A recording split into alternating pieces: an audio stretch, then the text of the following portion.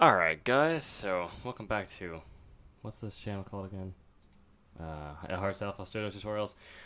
Alright, so I was looking at my old videos and realizing how just dreadful they are. I mean, they are god awful. Hardstyle melody tutorial in particular, because the leads are just disgusting. So I decided I wanted to show you guys something that's appropriate. This is how to make like a more professional lead, like maybe Phunk or Cyber or Sephyx or Atmozfears or I don't know, whoever you listen to. It's just a good sounding lead. I'm gonna play it and I'll show you guys what it sounds like, and then I'll show you how it's created.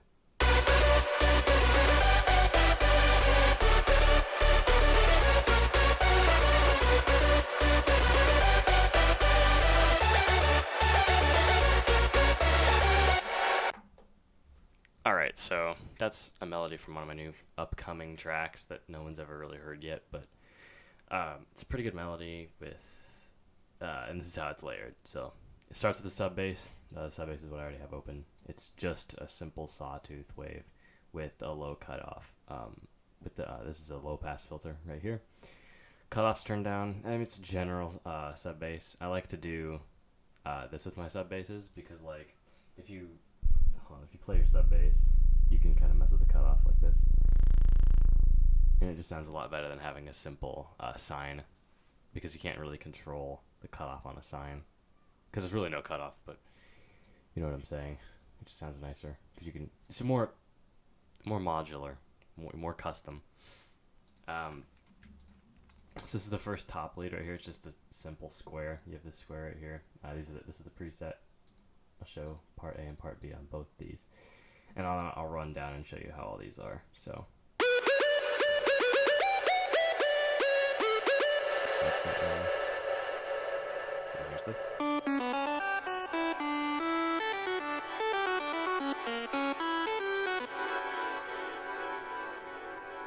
And then the third one.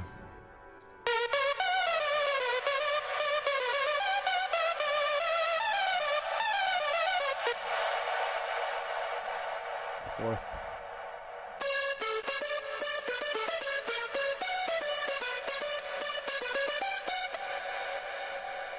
And the fifth one.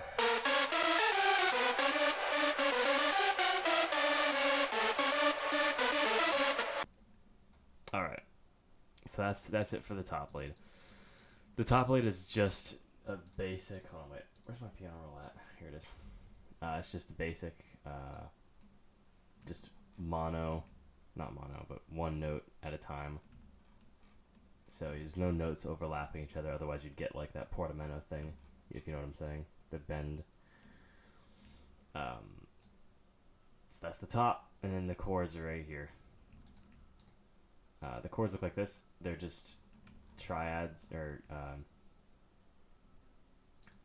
just three notes played on one chord. It sounds like this.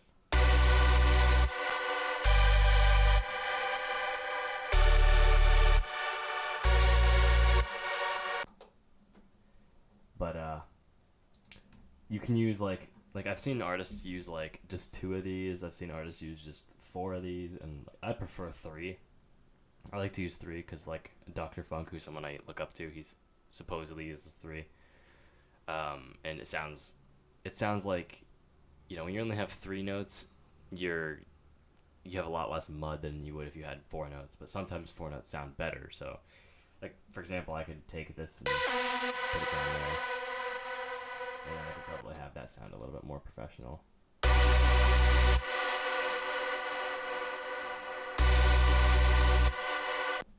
You can notice the difference, but the top lead usually just accounts for that missing note.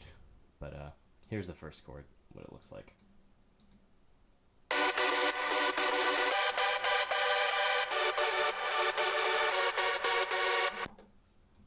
And then here's the second.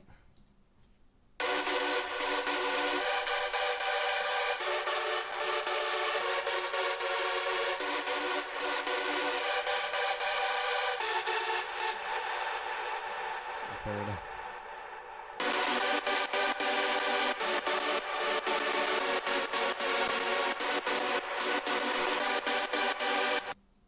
And the fourth.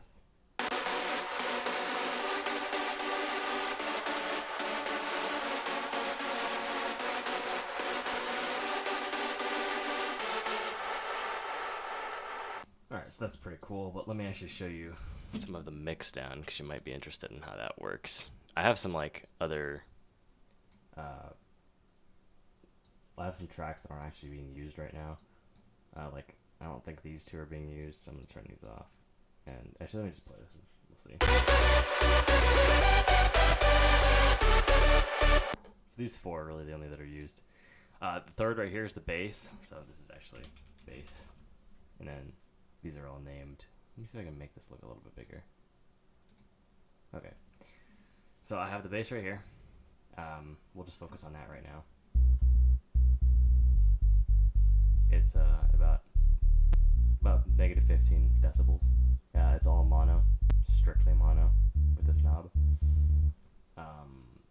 The bass is, I put the bass up right here, which really isn't mandatory, but I have the volume really low right here so that I can pull the bass up only right here. I mean, you can get the same thing by just high cutting it, but I don't know, this is how I did it.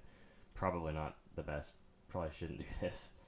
If you wanted to do that, I would recommend just doing that, because it's really the same thing, but just the way that I did it in this case was like this. You'll never do this though. Then you have your leads, which the leads are actually plugged into these two, so if I played this it wouldn't do anything because it's not actually going anywhere. But this is the reverb.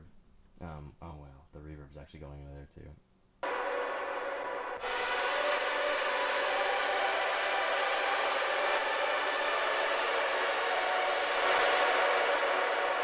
I'll show you what that's doing. That's we have some reverb in here, obviously. Because where's the reverb unit at? It's probably popping up behind this. Yeah, there it is. It's back here. Decay is at 8 seconds. High damps at 5 hertz, whatever this is. Reverb's at 50%. This is what the preset looks like. Low cut should actually probably be a lot higher than that, but that's just the way that this is designed. Delay is looks like this.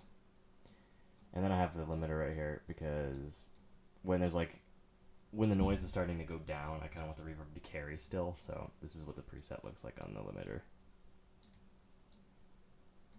Okay.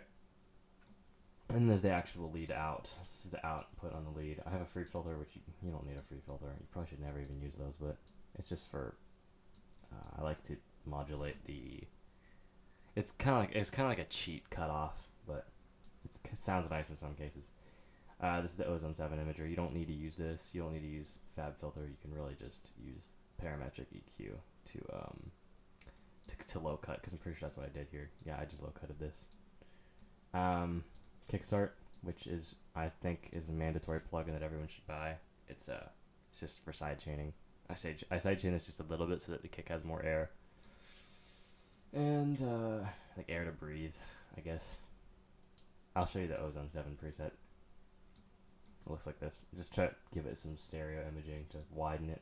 You can pretty much achieve this by just turning this knob down though if you don't have one, or if you don't have it. Plus I think Ozone has a free imager that you can download for free too.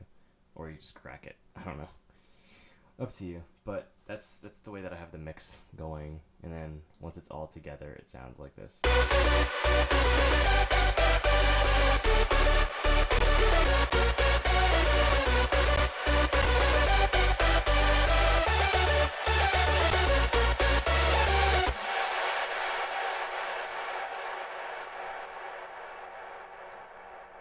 But yeah, that's it right there. That's how I have this this lead.